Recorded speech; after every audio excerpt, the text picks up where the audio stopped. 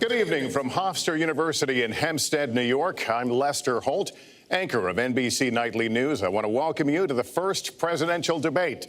The participants tonight are Donald Trump and Hillary Clinton. This debate is sponsored by the Commission on Presidential Debates, a nonpartisan, nonprofit organization. The commission drafted tonight's format, and the rules have been agreed to by the campaigns. The 90-minute debate is divided into 6 segments, each 50 minutes long.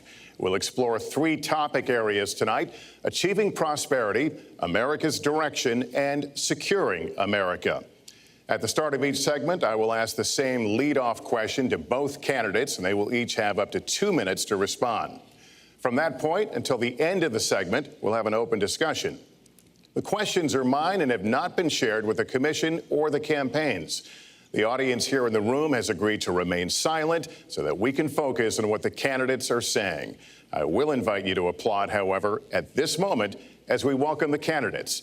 Democratic nominee for President of the United States, Hillary Clinton, and Republican nominee for President of the United States, Donald J. Trump.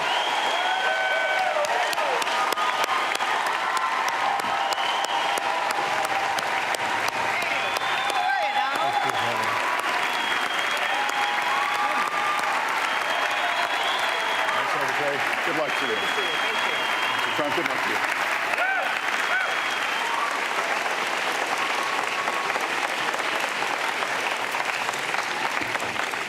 you. Well, I don't expect us to cover all the issues of this campaign tonight, but I remind everyone there are 2 more presidential debates scheduled.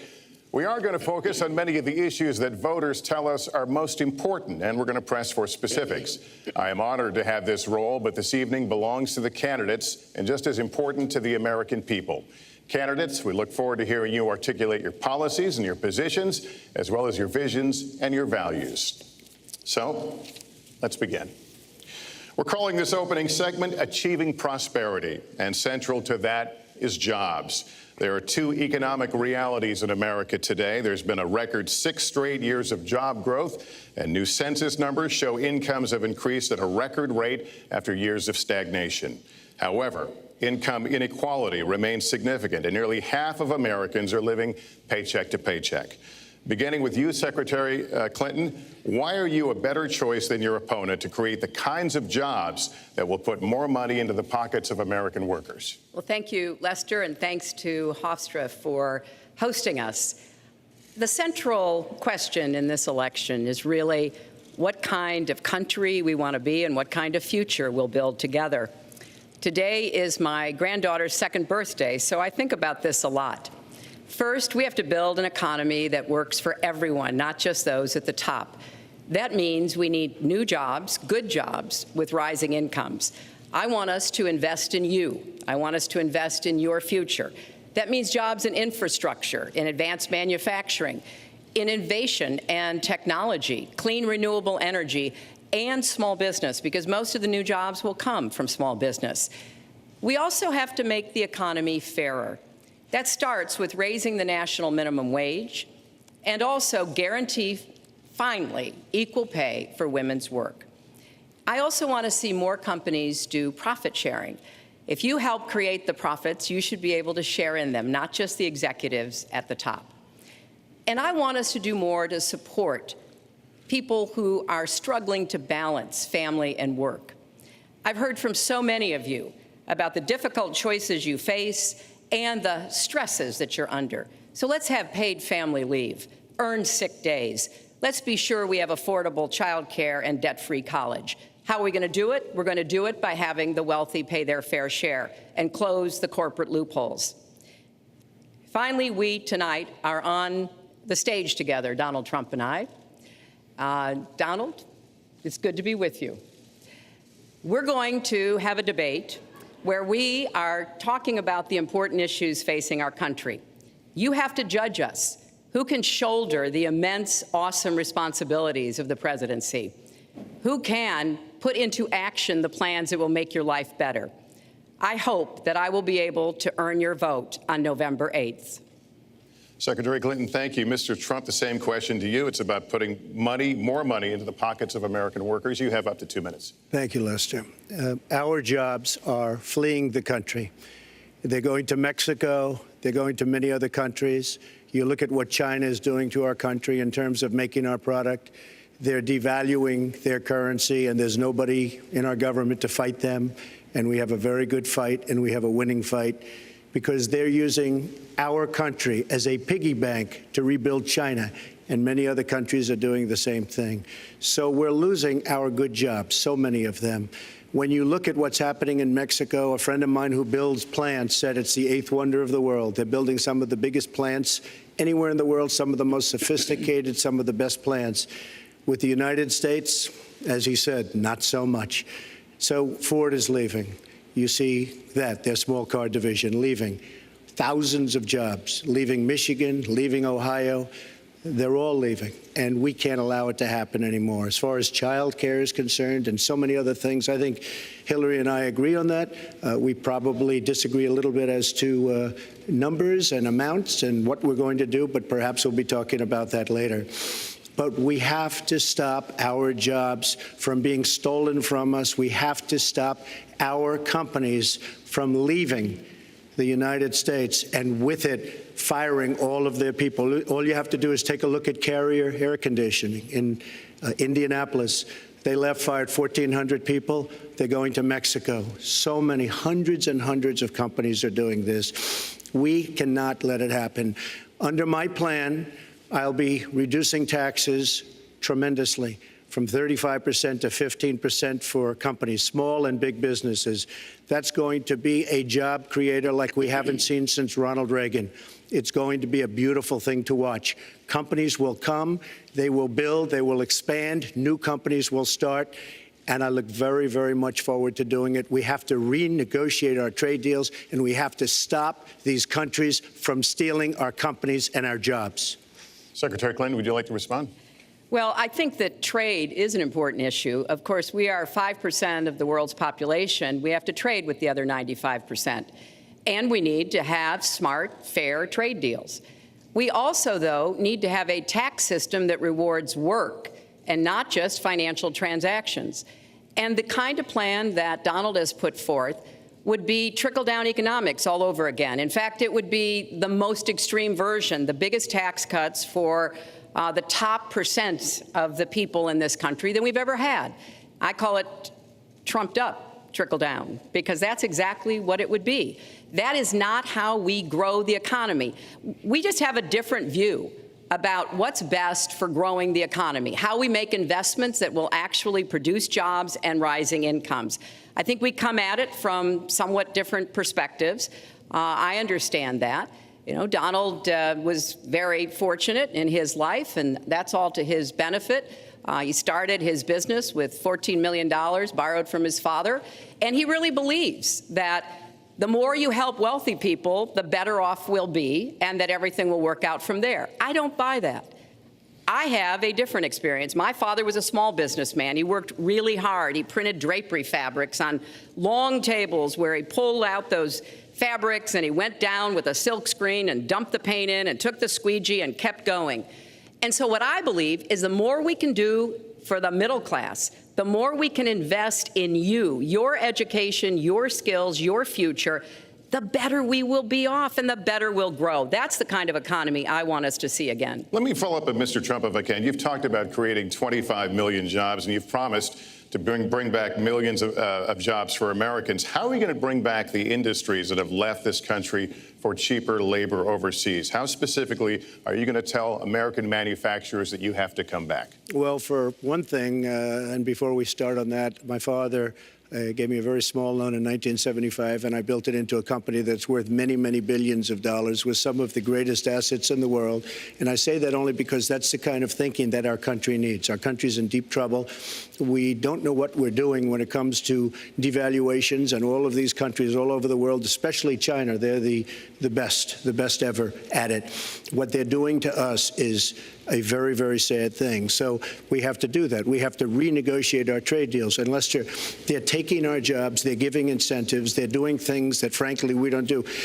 Let me give you the example of Mexico. They have a VAT tax. We're in a different system. When we sell into Mexico, there's a tax. When they sell in automatic, 16% approximately. When they sell into us, there's no tax. It's a defective agreement. It's been defective for a long time, many years, but the politicians haven't done anything about it. Now, in all fairness to Secretary Clinton, yes, is that okay? Good. I want you to be very happy. It's very important to me. But in all fairness to Secretary Clinton, when she started talking about this, it was really very recently. She's been doing this for 30 years. And why hasn't she made the agreements better? The NAFTA agreement is defective just because of the tax and many other reasons, but just because of the fact. Let me interrupt just a moment. Secretary Clinton and others, politicians, should have been doing this for years, not right now because of the fact that we've created a movement. They should have been doing this for years. What's happened to our jobs and our country and our economy generally is, look, we owe $20 trillion. We cannot do it any longer, Lester. Back to the question, though, how do you specifically bring back jobs, American manufacturers? How do you make them bring the jobs back? Well, the first thing you do is don't let the jobs leave. The companies are leaving. I could name, there are thousands of them. They're leaving, and they're leaving in bigger numbers than ever. And what you do is you say, fine, you want to go to Mexico or some other country, good luck. We wish you a lot of luck. But if you think you're going to make your air conditioners or your cars or your cookies or whatever you make and bring them into our country without a tax, you're wrong. And once you say you're going to have to tax them coming in, and our politicians never do this because they have special interests, and the special interests want those companies to leave because in many cases they own the companies. So what I'm saying is we can stop them from leaving. We have to stop them from leaving, and that's a big, big factor. Let me let Secretary Clinton get in there. Let's stop for a second and remember where we were 8 years ago. We had the worst financial crisis, the Great Recession, the worst since the 1930s. That was in large part because of tax policies that slashed taxes on the wealthy, failed to invest in the middle class, took their eyes off of Wall Street, and created a perfect storm.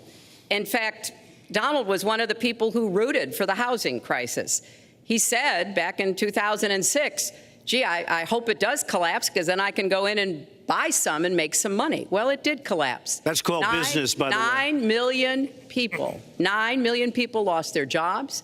5 million people lost their homes, and $13 trillion in family wealth was wiped out.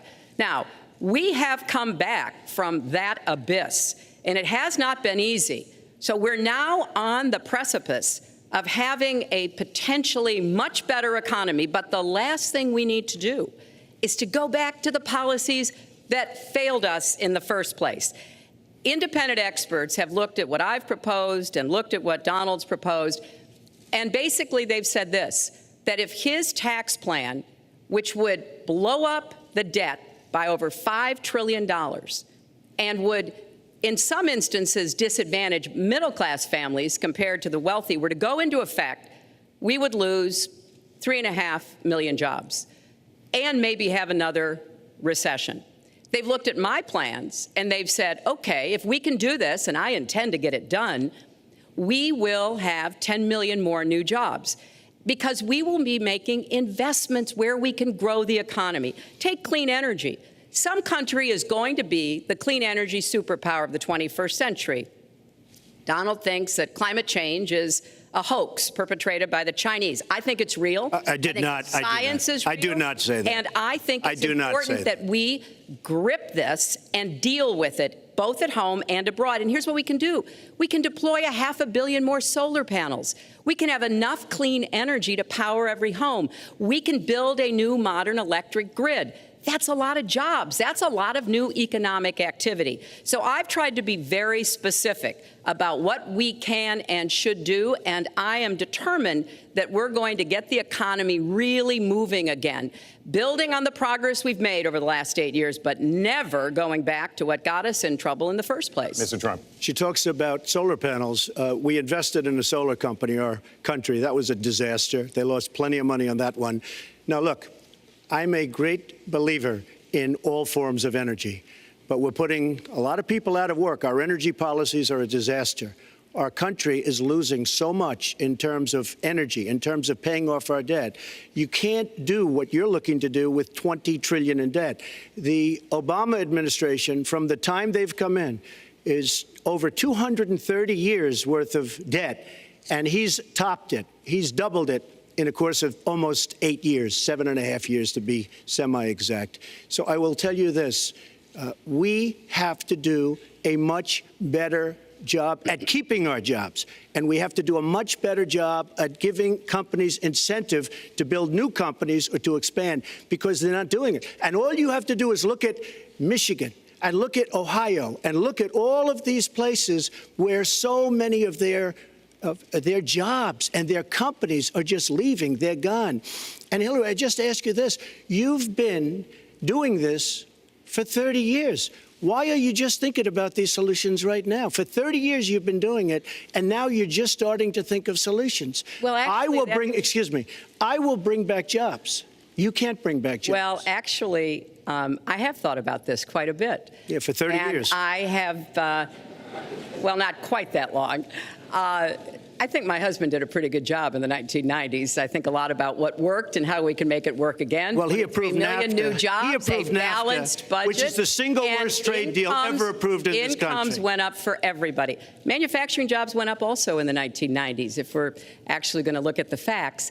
When I was in the Senate, I had a number of trade deals that came before me, and I held them all to the same test. Will they create jobs in America? Will they raise incomes in America? And are they good for our national security? Some of them I voted for. The biggest one, a multinational one known as CAFTA, I voted against.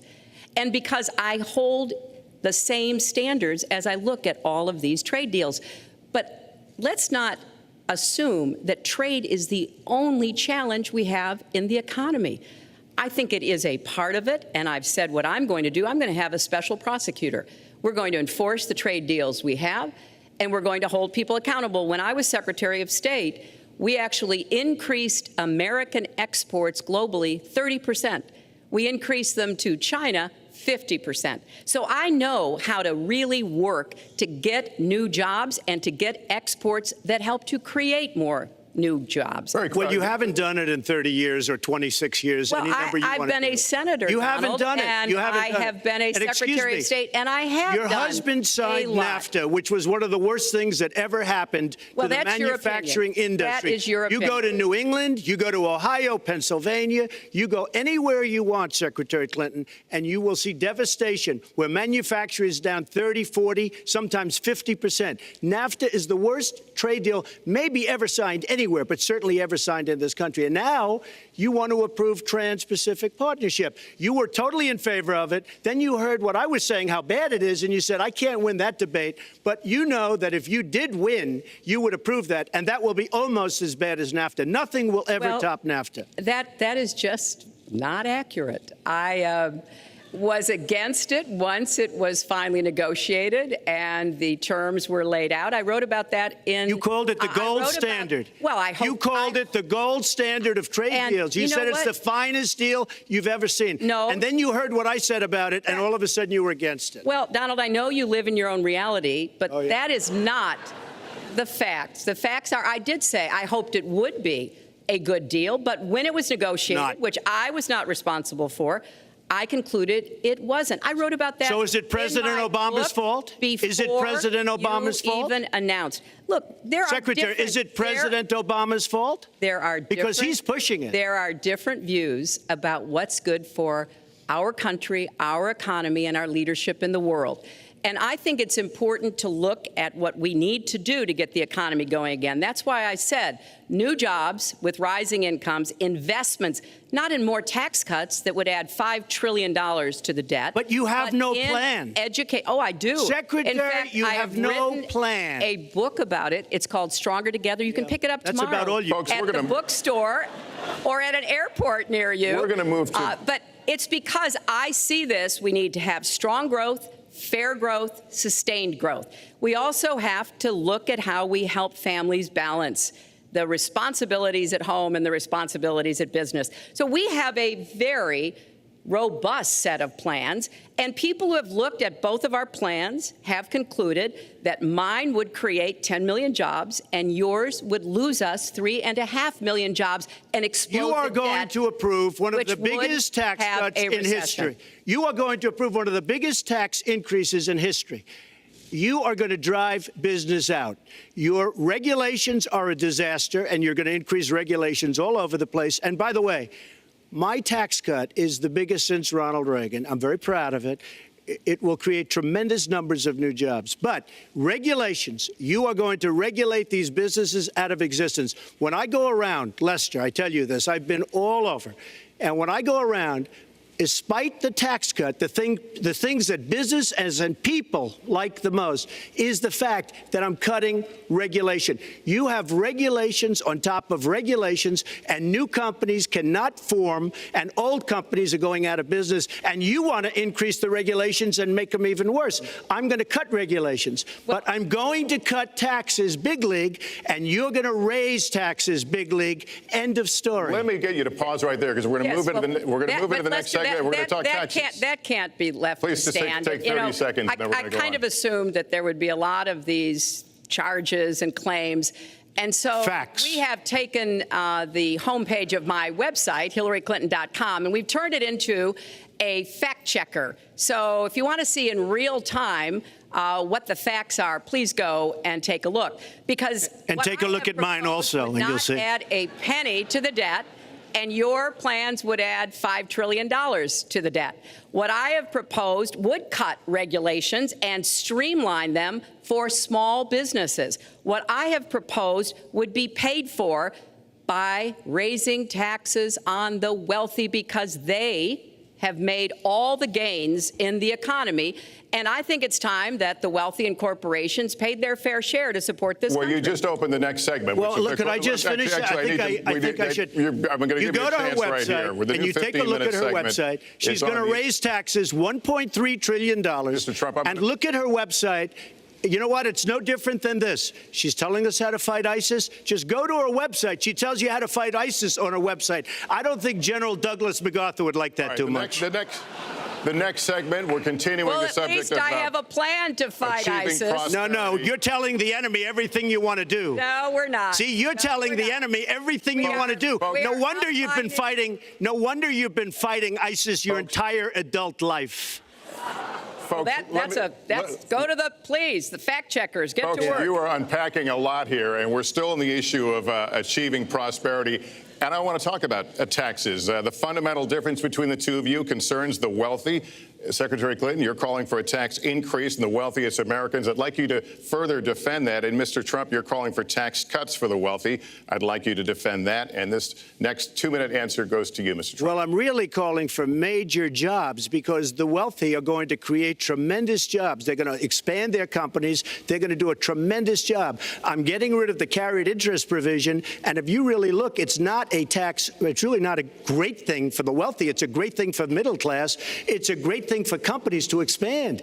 And when these people are going to put billions and billions of dollars into companies, and when they're going to bring $2.5 trillion back from overseas, where they can't bring the money back because politicians like Secretary Clinton won't allow them to bring the money back because the taxes are so onerous and the bureaucratic red tape. So what is so bad? So what they're doing is they're leaving our country, and they're, believe it or not, leaving because taxes are too high and because some of them have lots of money outside of our country, and instead of bringing it back and putting the money to work because they can't work out a deal and everybody agrees it should be brought back. Instead of that, they're leaving our country to get their money because they can't bring their money back into our country because of bureaucratic red tape, because they can't get together, because we have a president that can't sit them around a table and get them to approve something. And here's the thing. Republicans and Democrats agree that this should be done. $2.5 trillion. I happen to think it's double that. It's probably $5 trillion that we can't bring into our country, Lester. And with a little leadership, you'd get it in here very quickly, and it could be put to use on the inner cities and lots of other things, and it would be beautiful. But we have no leadership. And honestly, that starts with Secretary Clinton. All right, you have 2 minutes on the same question to defend tax increases on the wealthiest Americans, Secretary Clinton. I have a feeling that by the end of this evening, I'm going to be blamed for everything that's ever happened. Why not? Why not? Yeah, why not? just join the debate by saying more crazy things. Now, let me say there's nothing crazy about not letting our companies bring their money back into their country. This is Secretary Clinton's 2 minutes, please. Yeah, well, let's start the clock again, Lester. We've looked at your tax proposals. I don't see changes in the corporate tax rates or the kinds of proposals you're referring to that would cause the repatriation, bringing back of money that's stranded overseas. I happen to support that. I happen to support that in a way that will actually work to our benefit. But when I look at what you have proposed, you have what is called now the Trump loophole, because it would so advantage you and the business you do. You've proposed an approach that has a $4 billion tax benefit for your family. And when you look at what you are proposing, how much for my family? It is, Lester, as I said, trumped up trickle down. Trickle down did not work. It got us into the mess we were in 2008 and 9. Slashing taxes on the wealthy hasn't worked, and a lot of really smart, wealthy people know that. And they are saying, hey, we need to do more to make the contributions we should be making to rebuild the middle class. I don't think top-down works in America. I think building the middle class, investing in the middle class, making college debt-free so more young people can get their education, helping people refinance their debt from college at a lower rate. Those are the kinds of things that will really boost the economy. Broad-based, inclusive growth is what we need in America, not more advantages for people at the very top. Mr. Trump, typical politician, all talk, no action, sounds good, doesn't work, never going to happen. Our country is suffering because people like Secretary Clinton have made such bad decisions in terms of our jobs and in terms of what's going on. Now, look, we have the worst revival of an economy since the Great Depression. And believe me, we're in a bubble right now. And the only thing that looks good is the stock market. But if you raise interest rates even a little bit, that's going to come crashing down. We are in a big, fat, ugly bubble. And we better be awfully careful. And we have a Fed that's doing political things. This Janet Yellen of the Fed. The Fed is doing political by keeping the interest rates at this level. And believe me, the day Obama goes off and he leaves and he goes out to the golf course for the rest of his life to play golf, when they raise interest rates, you're going to see some very bad things happen because the Fed is not doing their job. The Fed is being more political than Secretary Clinton. Mr. Trump, we're talking about the burden that Americans have to pay, yet you have not released your tax returns. And the reason nominees have released their returns for decades is that voters will know if their potential president owes money to, who he owes it to, and any business conflicts. Don't Americans have a right to know if there are any conflicts of interest? I don't mind releasing. I'm under a routine audit, and it'll be released. And as soon as the audit's finished, it'll be released. But you will learn more about Donald Trump by going down to the federal elections, where I filed a 104-page, essentially financial statement of sorts, the forms that they have.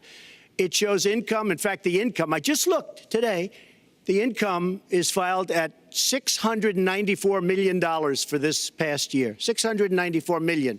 If you would have told me I was going to make that 15 or 20 years ago, I would have been very surprised. But that's the kind of thinking that our country needs. When we have a country that's doing so badly, that's being ripped off by every single country in the world, it's the kind of thinking that our country needs because everybody, Lester, we have a trade deficit with all of the countries that we do business with of almost $800 billion a year. You know what that is? That means who's negotiating these trade deals? We have people that are political hacks negotiating our trade deals. The IRS has an audit of your taxes.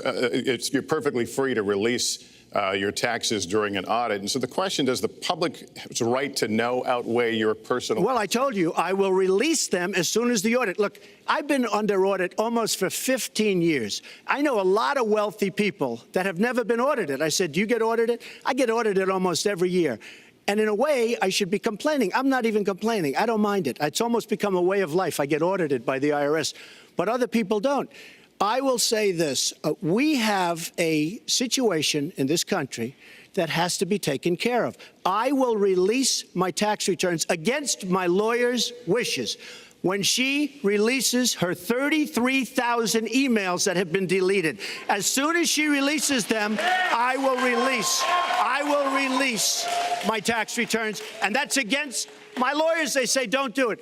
I will tell you this. No, in fact, watching shows, reading the papers, almost every lawyer says you don't release your returns until the audit's complete. When the audit's complete, I'll do it. But I would go against them if she releases her email. So it's negotiable? It's not negotiable. No, let her release the email. Why did she delete 33,000? Well, I'll let her ask that, but let me just admonish the audience one more time. There was an agreement. We did ask you to be silent, so it would be helpful for us. Secretary Clinton. Well, I think you've just seen another example of bait and switch here. For 40 years, everyone running for president has released their tax returns. You can go and see nearly, I think, 39, 40 years of our tax returns, but everyone has done it. We know the IRS has made clear there is no prohibition on releasing it when you're under audit. So you've got to ask yourself, why won't he release his tax returns? And I think there may be a couple of reasons. First, maybe he's not as rich as he says he is. Second, maybe he's not as charitable as he claims to be. Third, we don't know all of his business dealings, but we have been told through investigative reporting that he owes about $650 million to Wall Street and foreign banks. Or maybe he doesn't want the American people, all of you watching tonight, to know that he's paid nothing in federal taxes, because the only years that anybody's ever seen were a couple of years when he had to turn them over to state authorities when he was trying to get a casino license, and they showed he didn't pay any federal income tax. So if he's paid zero, that means zero for troops, zero for vets, zero for schools or health. And I think probably he's not all that enthusiastic about having the rest of our country see what the real reasons are, because it must be something really important, even terrible, that he's trying to hide. And the financial disclosure statement, they don't give you the tax rate. They don't give you all the details that tax returns would. And it just seems to me that this is something that the American people deserve to see. And I have no reason to believe that he's ever going to release his tax returns, because there's something he's hiding. And we'll guess. We'll keep guessing at what it might be that he's hiding. But I think the question is, were he ever to get near the White House, what would be those conflicts? Who does he owe money to? Well, he owes you the answers to that, and he should provide them. He also raised the issue of your emails. Do you want to respond to that? I do. You know, I made a mistake using a private email. That's for sure. And if I had to do it over again, I would obviously do it differently. But I'm not going to make any excuses. It was a mistake, and I take responsibility for that. Mr. Trump? That was more than a mistake. That was done purposely, okay? That was not a mistake. That was done purposely. When you have your staff taking the Fifth Amendment, taking the Fifth, so they're not prosecuted. When you have the man that set up the illegal server taking the Fifth, I think it's disgraceful. And believe me, this country thinks it's disgraceful. It really thinks it's disgraceful also. As far as my tax returns, you don't learn that much from tax returns, that I can tell you. You learn a lot from financial disclosure. And you should go down and take a look at that. The other thing, I'm extremely underleveraged. The report that said 650, which, by the way, a lot of friends of mine that know my business said, boy, that's really not a lot of money. It's not a lot of money relative to what I had. The buildings that were in question, they said in the same report, which was actually, it wasn't even a bad story, to be honest with you, but the buildings are worth $3.9 billion. And the 650 isn't even on that. But it's not 650. It's much less than that. But I could give you a list of banks. I would, if that would help you, I would give you a list of banks. These are very fine institutions, very fine banks. I could do that very quickly. I am very underleveraged. I have a great company. I have a tremendous income. And the reason I say that is not in a braggadocious way. It's because it's about time that this country had somebody running it that has an idea about money. When we have $20 trillion in debt and our country's a mess, you know, it's one thing to have $20 trillion in debt and our roads are good and our bridges are good and everything's in great shape. Our airports are like from a third world country. You land at LaGuardia, you land at Kennedy, you land at LAX, you land at Newark, and you come in from Dubai and Qatar and you see these incredible, you come in from China, you see these incredible airports, and you land, we've become a third world country. So, the worst of all things has happened. We owe $20 trillion, and we're a mess. We haven't even started. And we've spent $6 trillion in the Middle East, according to a report that I just saw, whether it's 6 or 5, but it looks like it's 6. $6 trillion in the Middle East. We could have rebuilt our country twice, and it's really a shame. And it's politicians like Secretary Clinton that have caused this problem. Our country has tremendous problems.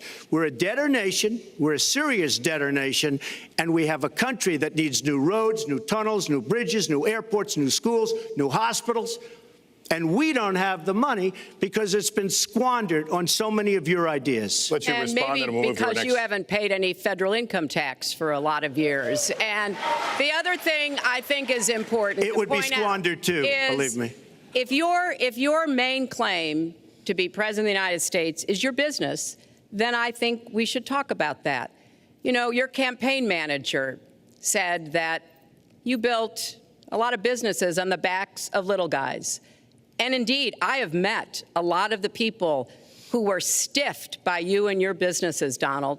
I've met dishwashers, painters, architects, glass installers, marble installers, drapery installers, like my dad was, who you refused to pay when they finished the work that you asked them to do. We have an architect in the audience who designed one of your clubhouses at one of your golf courses. It's a beautiful facility.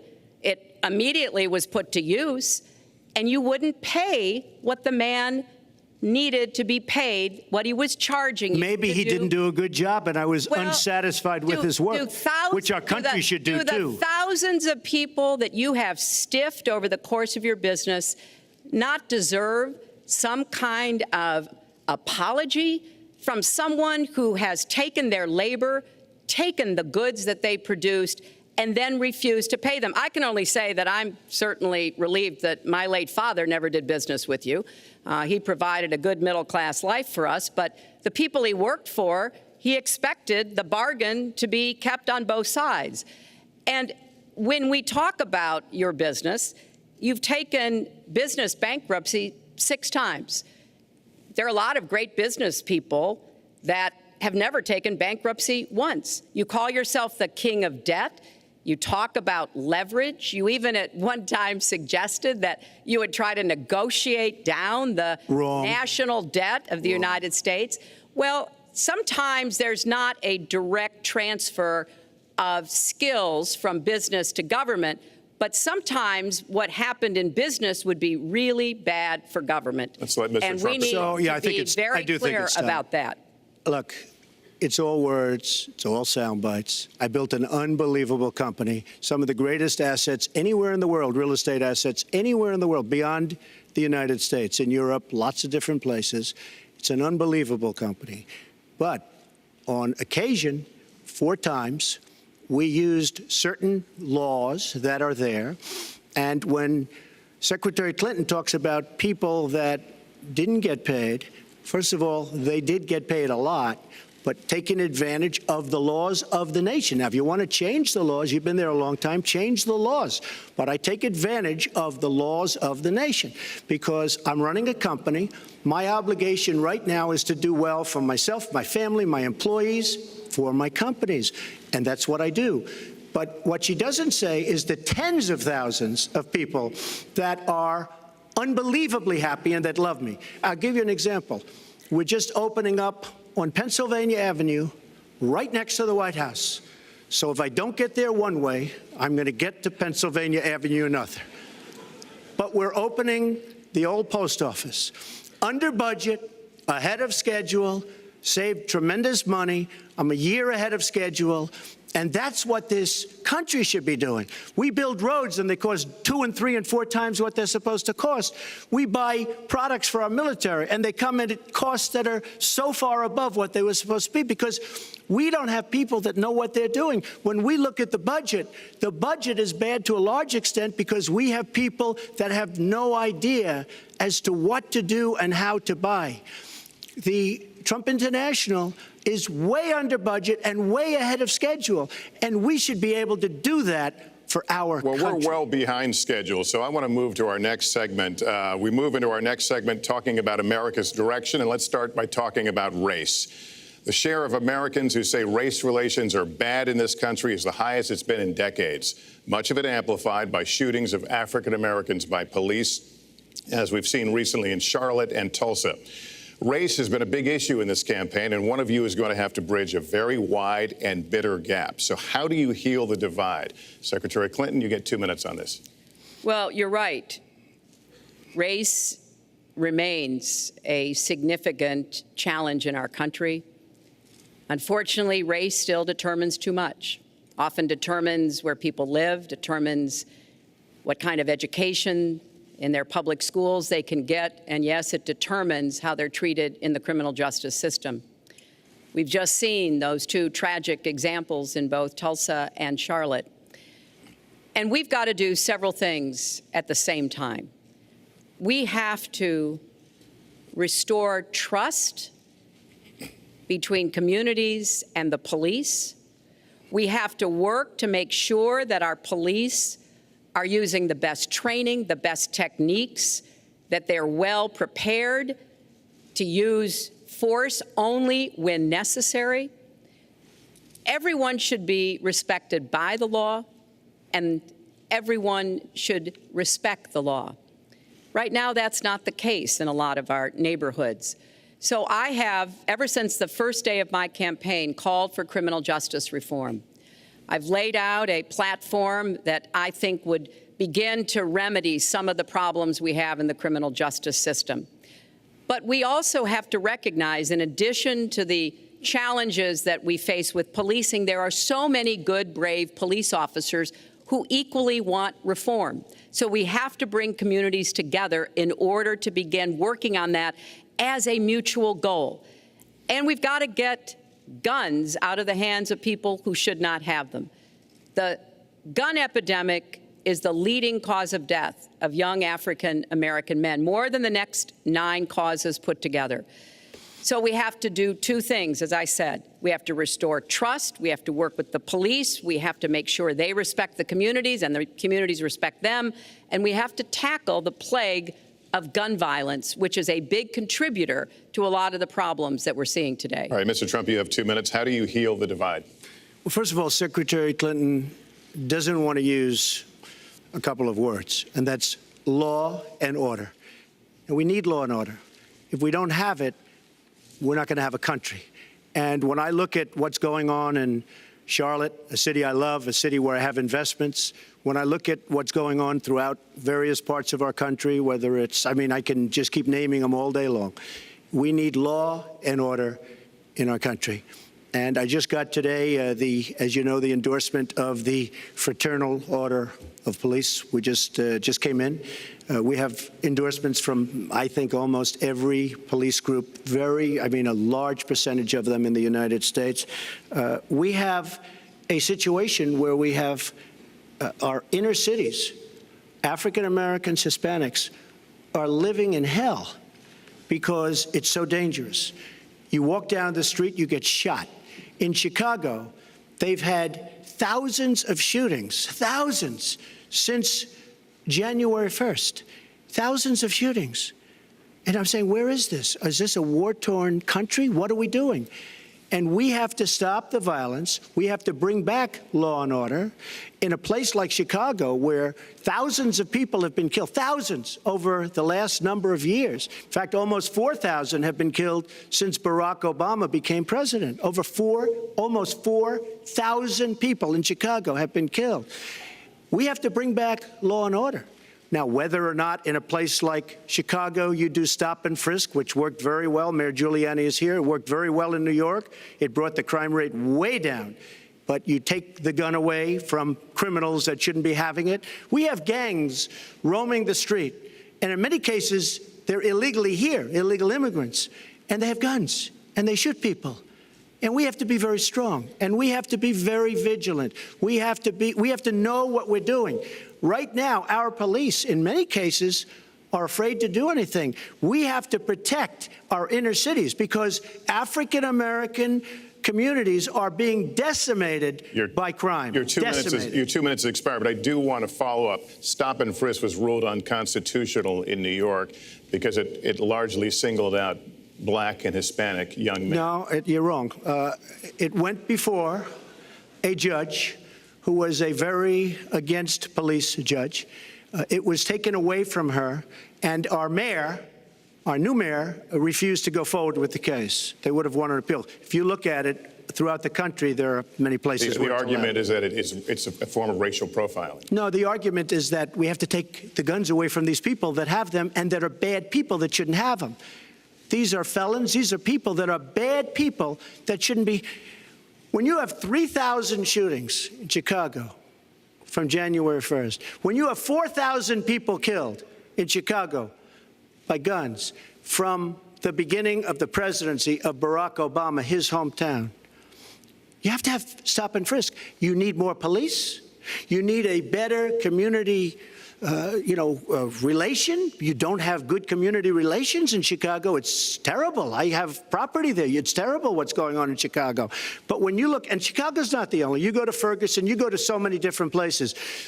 You need better relationships. I agree with Secretary Clinton on this. You need better relationships between the communities and the police, because in some cases it's not good. But you look at Dallas, where the relationships were really studied. The relationships were really a beautiful thing. And then 5 police officers were killed one night very violently. So there's some bad things going on, some really bad things. Secretary Clinton, but we need, Lester, we need law and order. And we need law and order in the inner cities, because the people that are most affected by what's happening are African-American and Hispanic people. And it's very unfair to them what our politicians are allowing to happen. Secretary Clinton.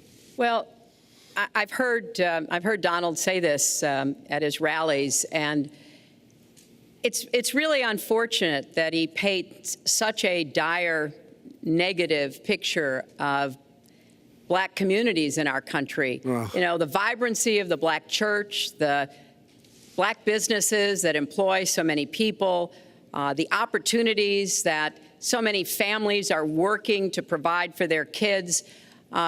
There's a lot that we should be proud of and we should be supporting and lifting up. But we do always have to make sure we keep people safe. There are the right ways of doing it, and then there are ways that are ineffective. Stop and frisk was found to be unconstitutional, and in part because it was ineffective. It did not do what it needed to do. Now, I believe in community policing, and in fact, violent crime is 1/2 of what it was in 1991. Property crime is down 40%. We just don't want to see it creep back up. We've had 25 years of very good cooperation, but there were some problems, some unintended consequences. Too many young African-American and Latino men ended up in jail for nonviolent offenses, and it's just a fact that if you're a young African-American man and you do the same thing as a young white man, you are more likely to be arrested, charged, convicted, and incarcerated. So we've got to address the systemic racism in our criminal justice system. We cannot just say law and order. We have to say we have to come forward with a plan that is going to divert people from the criminal justice system, deal with mandatory minimum sentences, which have put too many people away for too long for doing too little. We need to have more second chance programs. I'm glad that we're ending private prisons in the federal system. I want to see them ended in the state system. You shouldn't have a profit motivation to fill prison cells with young Americans. So there are some positive ways we can work on this. And I believe strongly that common sense gun safety measures would assist us right now. And this is something Donald has supported along with the gun lobby. Right now, we've got too many military-style weapons on the streets. In a lot of places, our police are outgunned. We need comprehensive background checks, and we need to keep guns out of the hands of those who will do harm. And we finally need to pass a prohibition on anyone who's on the terrorist watch list from being able to buy a gun in our country. If you're too dangerous to fly, you are too dangerous to buy a gun. So there are things we can do, and we ought to do it in a bipartisan way. Secretary Clinton, last week you said we've got to do everything possible to improve policing, to go right at implicit bias. Do you believe that police are implicitly biased against black people?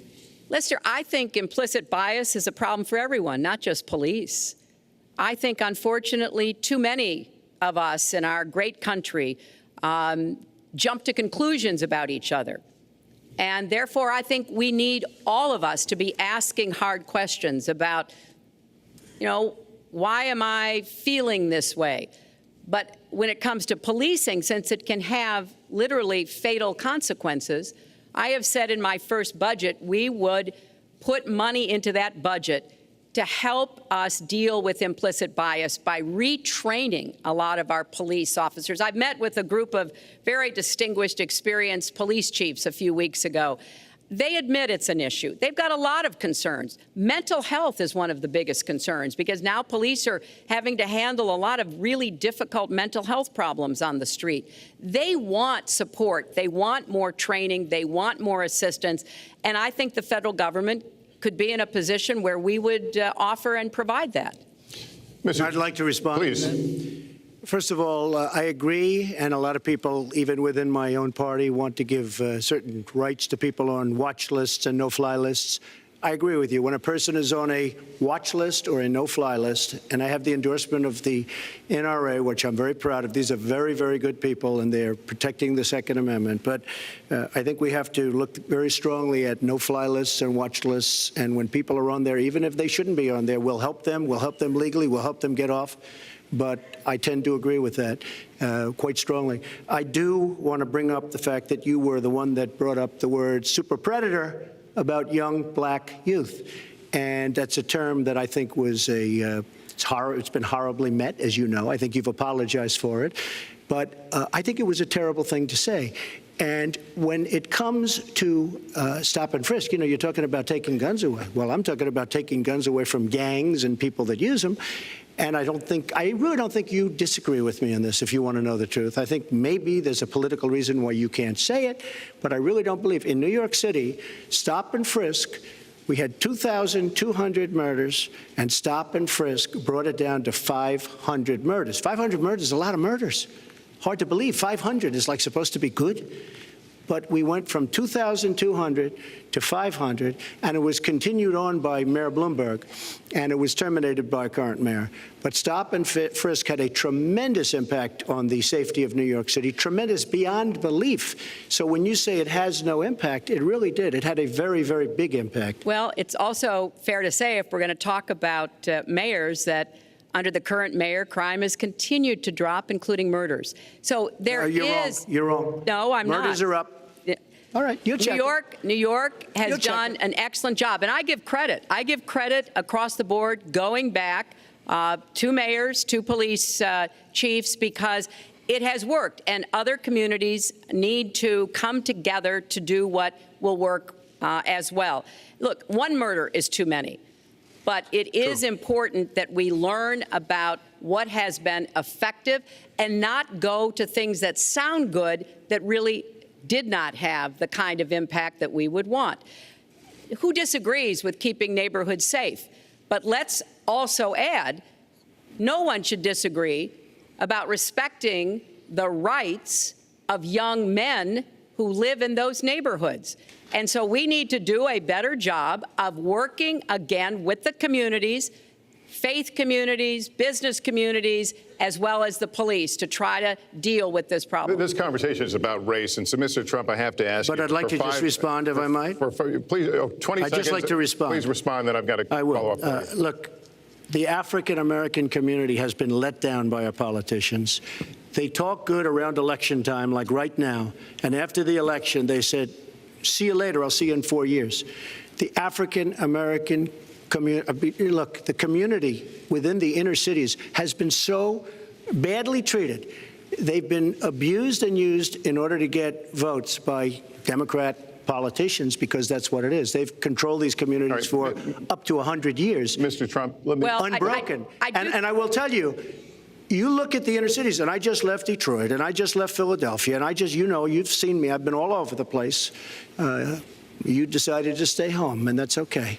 But I will tell you, I've been all over, and I've met some of the greatest people I'll ever meet within these communities, and they are very, very upset with what their politicians have told them and what their politicians have done.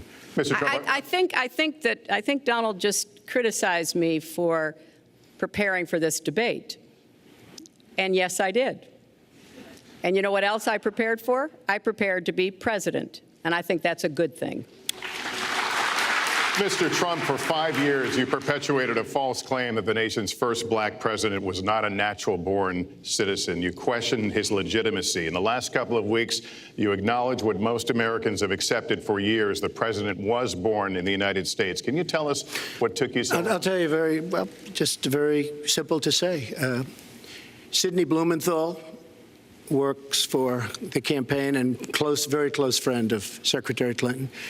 And her campaign manager, Patty Doyle, went to, during the campaign, her campaign against President Obama, fought very hard.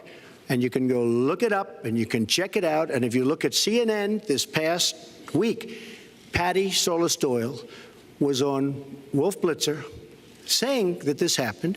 Blumenthal sent McClatchy, highly respected reporter at McClatchy, to Kenya to find out about it. They were pressing it very hard. She failed to get the birth certificate. When I got involved, I didn't fail. I got him to give the birth certificate. So I'm satisfied with it, and I'll tell you why I'm satisfied with it. That was in because I want to 2011. get on to defeating ISIS, because I want to get on to creating jobs, because I want to get on to having a strong border, because I want to get on to things that are very important to me and that are very important to the country. I will let you respond. It's important, but I just want to get the answer here. The birth certificate was produced in 2011. You continued to tell the story and question the president's legitimacy in 2012, 13, 14, 15, as recently as January. So the question is, what changed your mind? Well, nobody was pressing it. Nobody was caring much about it. I figured you'd ask the question tonight, of course, but nobody was caring much about it. But I was the one that got him to produce the birth certificate, and I think I did a good job. Secretary Clinton also fought it. I mean, you know, now everybody in mainstream is going to say, oh, that's not true. Look, it's true. Sidney Blumenthal sent a reporter. You just have to take a look at CNN last week, the interview with your former campaign manager, and she was involved. But just like she can't bring back jobs, she can't produce. I'm sorry, I'm just going to follow up, and I will let you respond to that, because if there's a lot there. But we're talking about racial healing in this segment.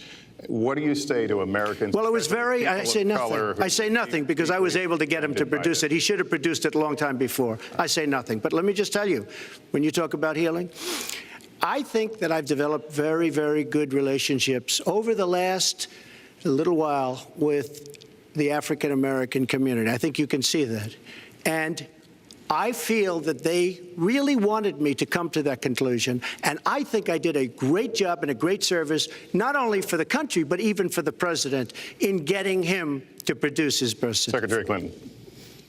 Well, just listen to what you heard. And clearly, as Donald just admitted, he knew he was going to stand on this debate stage, and Lester Holt was going to be asking us questions, so he tried to put the whole racist birther lie to bed. but it can't be dismissed that easily. He has really started his political activity based on this racist lie that our first black president was not an American citizen. There was absolutely no evidence for it, but he persisted. He persisted year after year because some of his supporters, people that he was trying to bring into his fold, apparently believed it or wanted to believe it. But remember, Donald started his career back in 1973 being sued by the Justice Department for racial discrimination because he would not rent apartments in one of his developments to African Americans, and he made sure that the people who worked for him understood that was the policy. He actually was sued twice by the Justice Department. So he has a long record of engaging in racist behavior. And the birther lie was a very hurtful one. You know, Barack Obama is a man of great dignity, and I could tell how much it bothered him and annoyed him that this was being touted and used against him. But I like to remember what Michelle Obama said in her amazing speech at our Democratic National Convention. When they go low, we go high.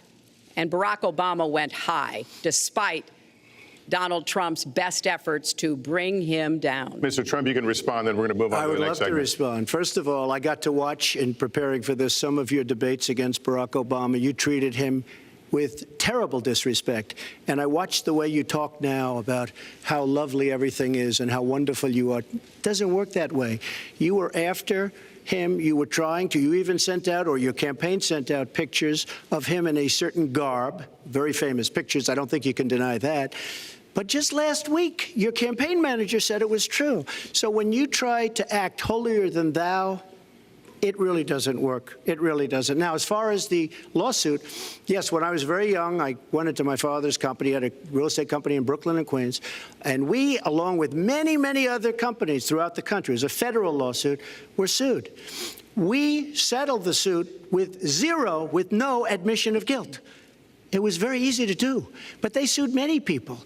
I notice you bring that up a lot, and I also noticed the very nasty commercials that you do on me in so many different ways, which I don't do on you. Maybe I'm trying to save the money, but frankly, I look at that and I say, isn't that amazing? Because I settled that lawsuit with no admission of guilt, but that was a lawsuit brought against many real estate firms, and it's just one of those things. I'll go on one step further. In Palm Beach, Florida, tough community, a brilliant community, a wealthy community, probably the wealthiest community there is in the world. I opened a club and really got great credit for it. No discrimination against African Americans, against Muslims, against anybody. And it's a tremendously successful club, and I'm so glad I did it. And I have been given great credit for what I did, and I'm very, very proud of it. And that's the way I feel. That is the true way I feel. Our next segment is called Securing America. We want to start with a 21st century war happening every day in this country. Our institutions are under cyber attack, and our secrets are being stolen. So my question is, who's behind it, and how do we fight it? Secretary Clinton, this answer goes to you. Well, I think cybersecurity, cyber warfare will be one of the biggest challenges facing the next president, because clearly we're facing at this point two different kinds of adversaries. There are the independent hacking groups that do it mostly for commercial reasons, to try to steal information that they then can use to make money. But increasingly, we are seeing cyber attacks coming from states, organs of states. The most recent and troubling of these has been Russia. There's no doubt now that Russia has used cyber attacks against all kinds of organizations in our country, and I am deeply concerned about this. I know Donald's very praiseworthy of Vladimir Putin, but Putin is playing a really tough, long game here. And one of the things he's done is to let loose cyber attackers to hack into government files, to hack into personal files, hack into the Democratic National Committee. And we recently have learned that, that this is one of their preferred methods of trying to wreak havoc and collect information. We need to make it very clear, whether it's Russia, China, Iran, or anybody else, the United States has much greater capacity, and we are not going to sit idly by and permit state actors to go after our information, our private sector information or our public sector information.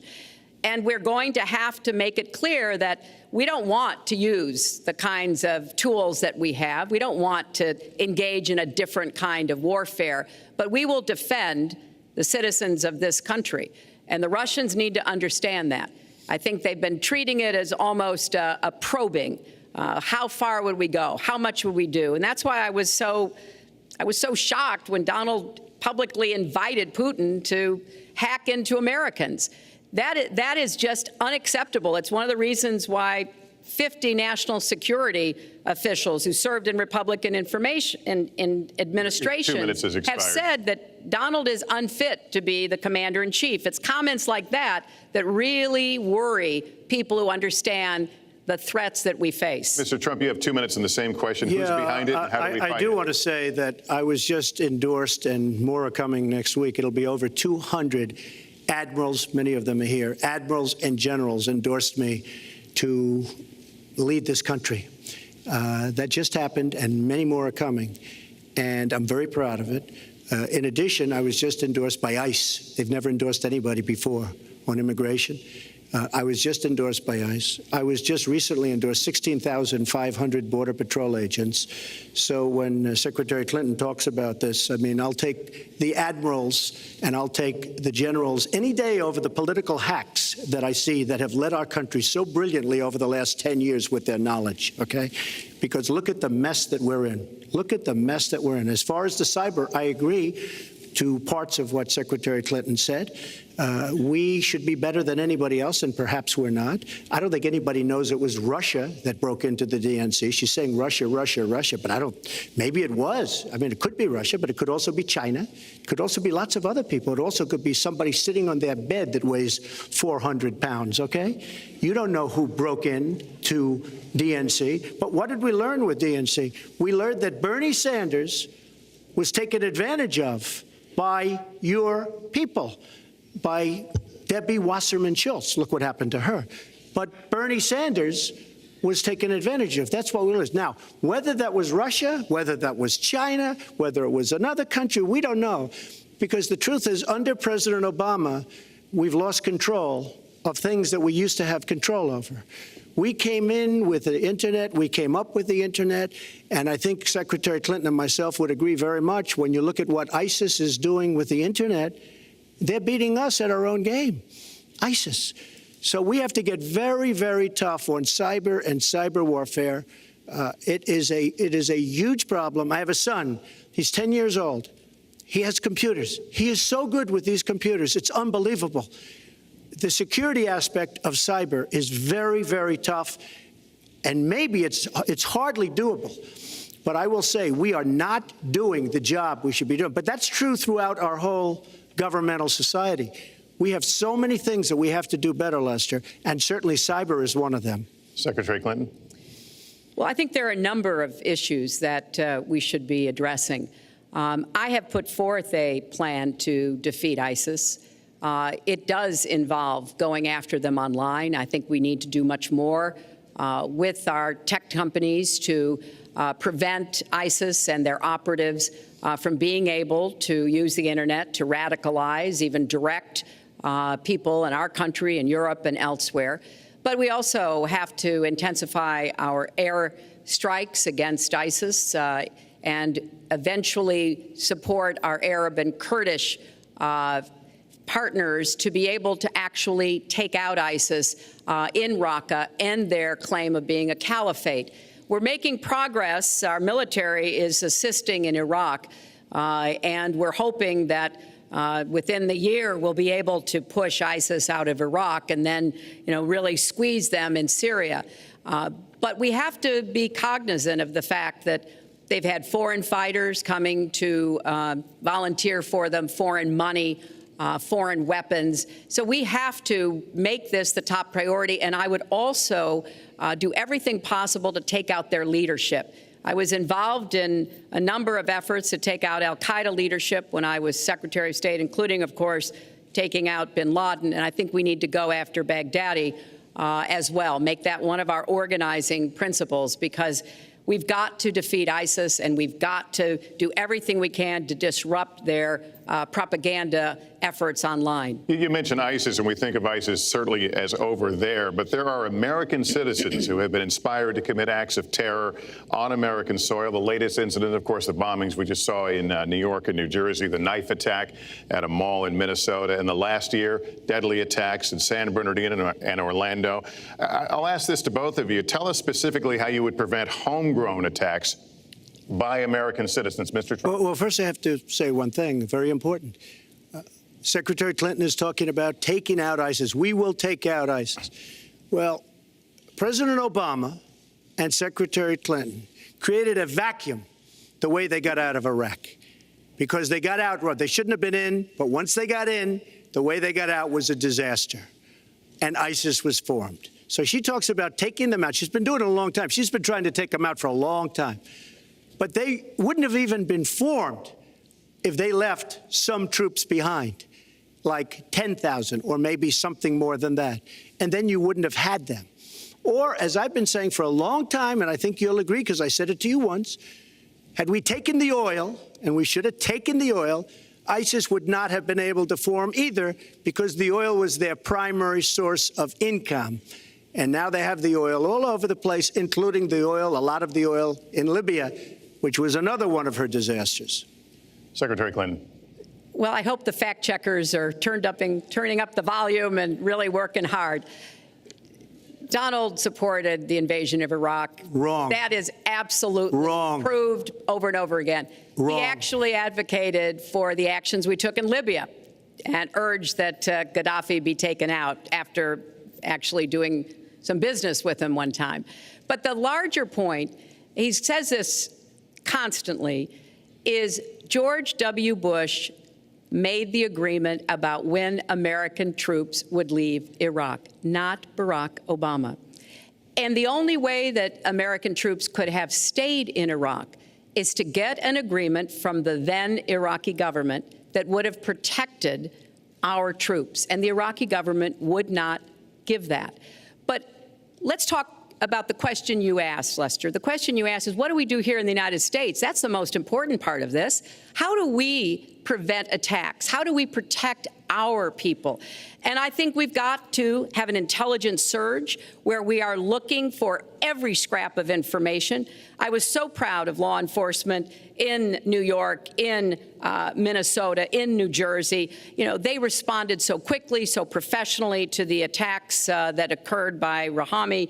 And they brought him down. And we may find out more information because he is still alive, which may prove to be an intelligence benefit. So we've got to do everything we can to vacuum up intelligence from Europe, from the Middle East. That means we've got to work more closely with our allies. And that's something that Donald has been very dismissive of. We're working with NATO, the longest military alliance in the history of the world, to really turn our attention to terrorism. We're working with our friends in the Middle East, many of which, as you know, are Muslim-majority nations. Donald has consistently insulted Muslims abroad, Muslims at home, when we need to be cooperating with Muslim nations and with the American Muslim community. They're on the front lines. They can provide information to us that we might not get anywhere else. They need to have close working cooperation with law enforcement in these communities, not be alienated and pushed away, as some of Donald's rhetoric, unfortunately, has led to. Mr. Well, I'd have to respond. Please respond. The Secretary said very strongly about working with. We've been working with them for many years. And we have the greatest mess anyone's ever seen. You look at the Middle East, it's a total mess, under your direction to a large extent. But you look at the Middle East, you started the Iran deal. That's another beauty, where you have a country that was ready to fall. I mean, they were doing so badly. They were choking on the sanctions, and now they're going to be actually probably a major power at some point pretty soon, the way they're going. But when you look at NATO, I was asked on a major show, what do you think of NATO? Now, you have to understand, I'm a business person. I did really well, but I have common sense. And I said, well, I'll tell you, I haven't given lots of thought to NATO, but two things. Number one, the 28 countries of NATO, many of them aren't paying their fair share. Number two, and that bothers me because we should be, as we're defending them, and they should at least be paying us what they're supposed to be paying by treaty and contract. And number two, I said, and very strongly, NATO could be obsolete because, and I was very strong on this, and it was actually covered very accurately in the New York Times, which is unusual for the New York Times, to be honest. But I said they do not focus on terror. And I was very strong, and I said it numerous times. And about 4 months ago, I read on the front page of the Wall Street Journal that NATO is opening up a major terror division. And I think that's great. And I think we should get, because we pay approximately 73% of the cost of NATO. It's a lot of money to protect other people. But I'm all for NATO. But I said they have to focus on terror also, and they're going to do that. And that was, believe me, I'm sure I'm not going to get credit for it, but that was largely because of what I was saying and my criticism of NATO. I think we have to get NATO to go into the Middle East with us, in addition to surrounding nations, and we have to knock the hell out of ISIS, and we have to do it fast. When ISIS formed in this vacuum created by Barack Obama and Secretary Clinton, and believe me, you were the ones that took out the troops. Not only that, you named the day. They couldn't believe it. They sat back probably and said, I can't believe it. They said, no, wait a minute. We've covered when they formed, this is something that never should have happened. It should have never happened. Now, you're talking about taking out ISIS, but you were there and you were Secretary of State when it was a little infant. Now it's in over 30 countries.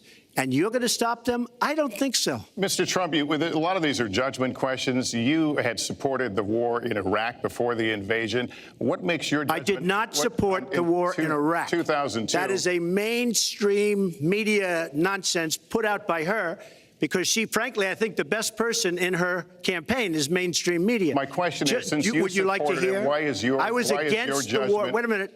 I was against the war in Iraq, just so you put it out. The record shows otherwise. The record does not show that. Why is your judgment? The record shows that I'm right.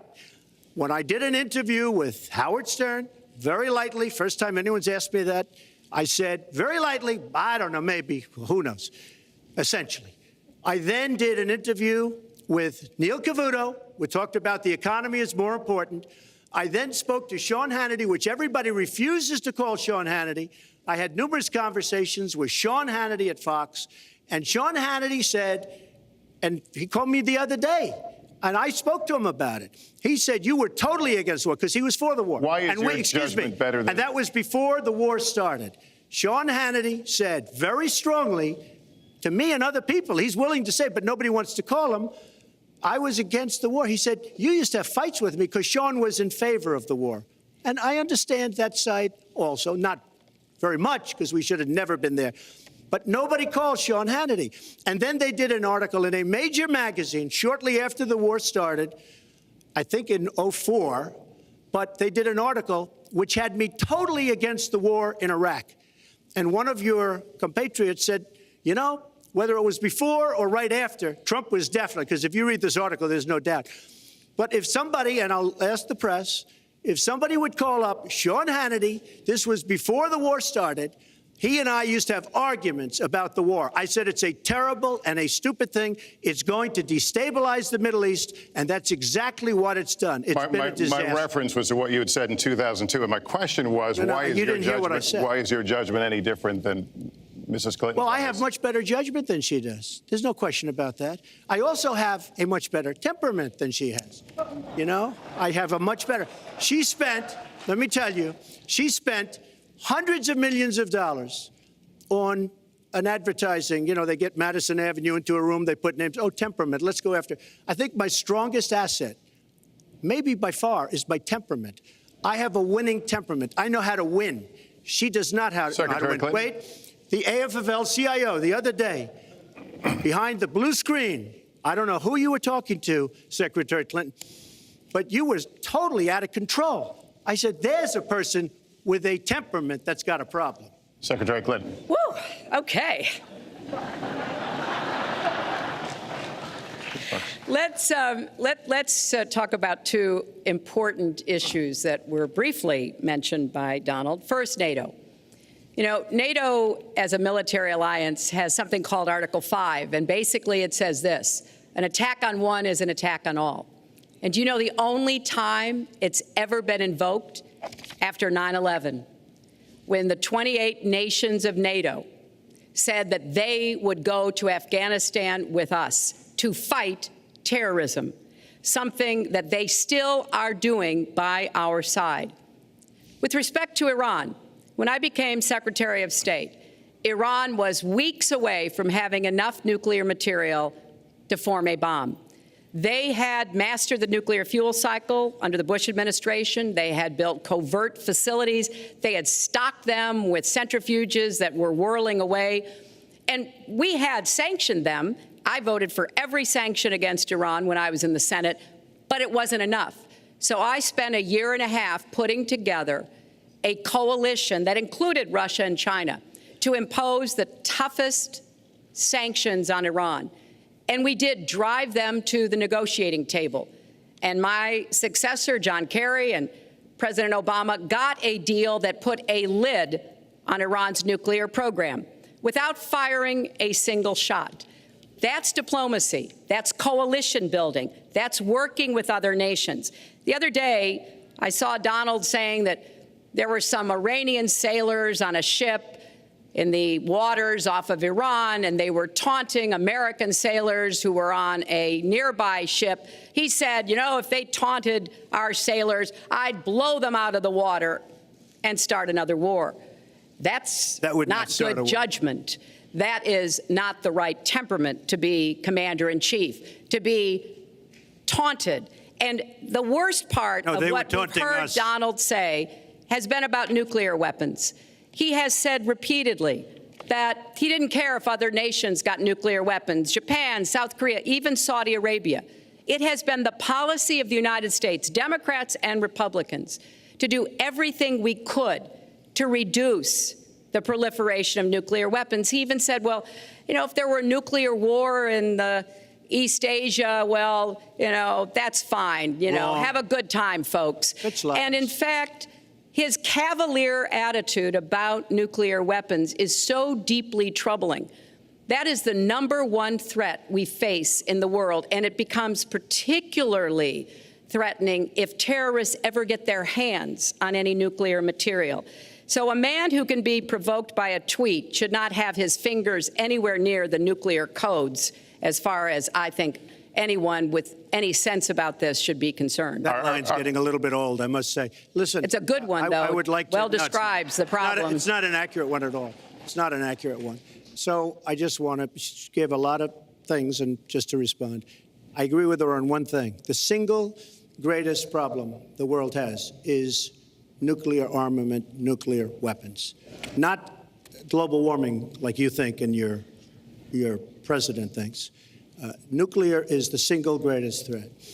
Just to go down the list, we defend Japan, we defend Germany, we defend South Korea, we defend Saudi Arabia, we defend countries. They do not pay us what they should be paying us because we are providing tremendous service and we're losing a fortune. That's why we're losing. We lose on everything. I say, who makes these? We lose on everything.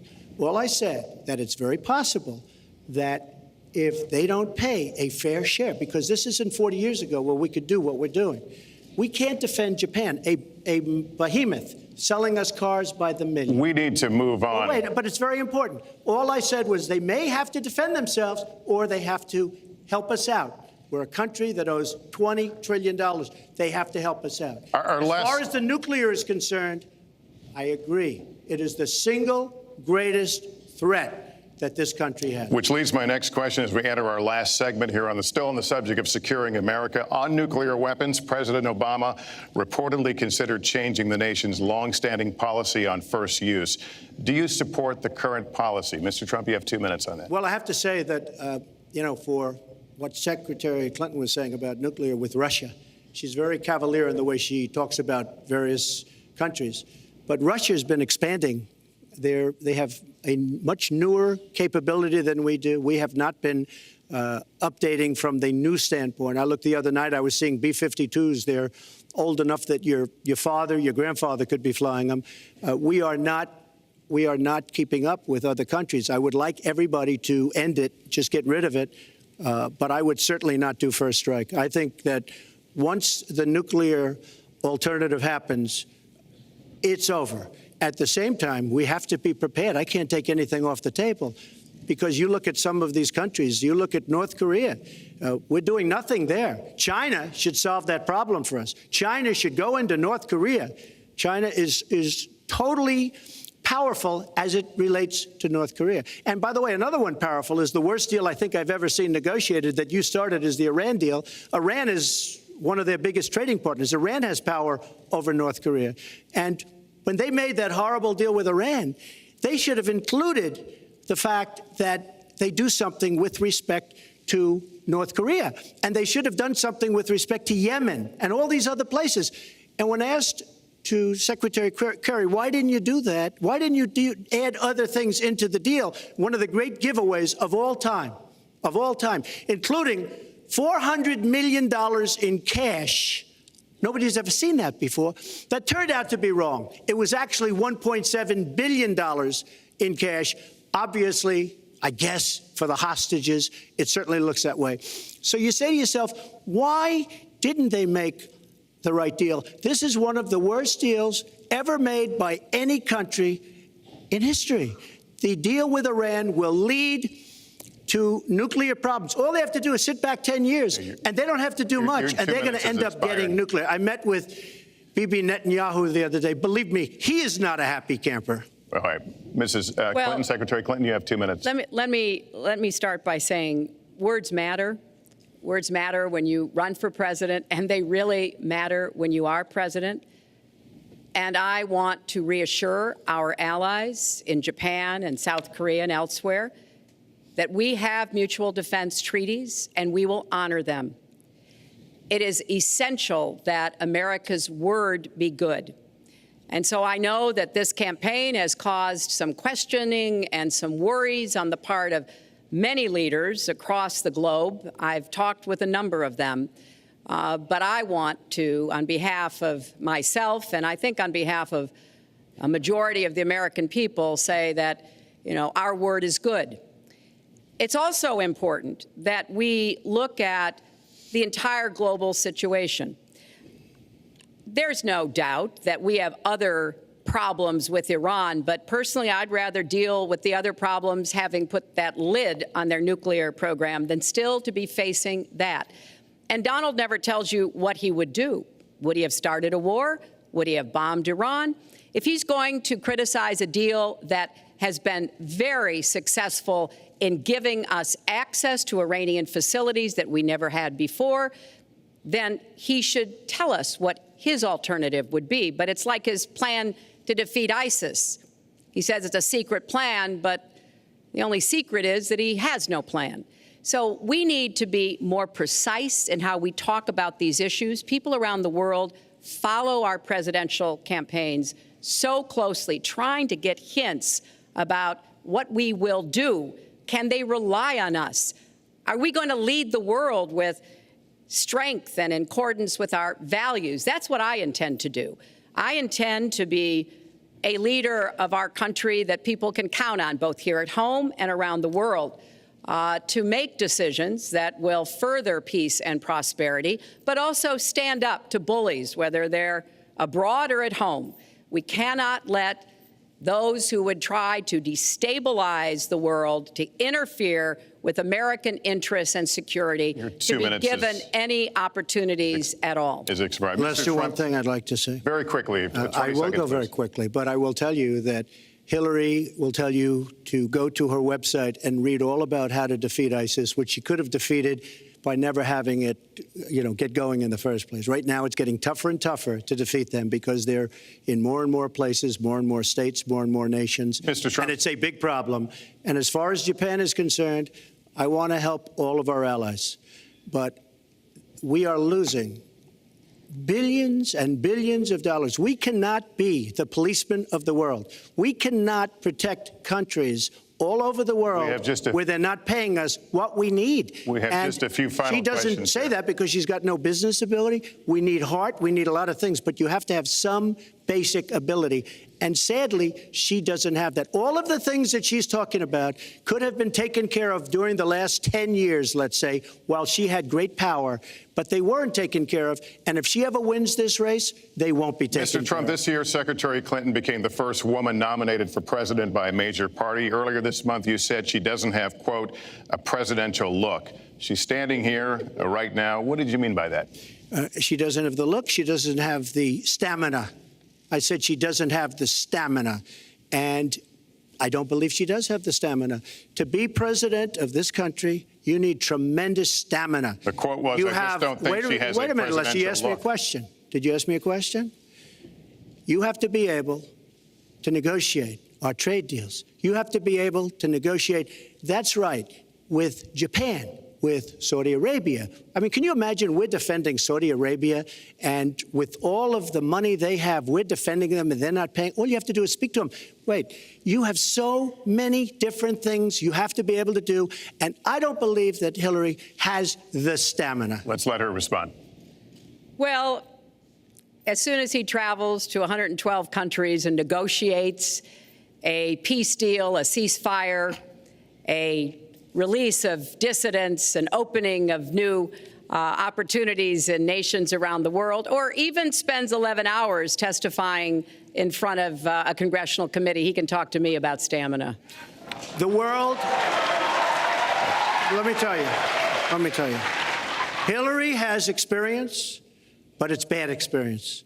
We have made so many bad deals during the last, so she's got experience, that I agree, but it's bad experience. Whether it's the Iran deal that you're so in love with, where we gave them $150 billion back, whether it's the Iran deal, whether it's anything you can name, you almost can't name a good deal. I agree. She's got experience, but it's bad experience. And this country can't afford to have another 4 years of that kind of experience. We are at the final question. One thing, Very Lester, quickly, is, we're at the you final know, question he now. tried to switch from looks to stamina. But this is a man who has called women pigs, slobs, and dogs, and someone who has said pregnancy is an inconvenience to employers, who has said women don't deserve equal pay unless they do as good a job as men. And one of the worst things he said was about a woman in a beauty contest. He loves beauty contests, supporting them and hanging around them. And he called this woman Miss Piggy. Then he called her Miss Housekeeping because she was Latina. Donald, she has a name. Where did you find her this? name Where is did you find Alicia this? Machado. Where did you find and it? she has become a U.S. citizen, and you can bet she's going to vote this November. Okay, good. Let me just tell you. Mr. Trump, can we just take 10 seconds, and then we're going to have the final question. Hillary is hitting me with tremendous commercials.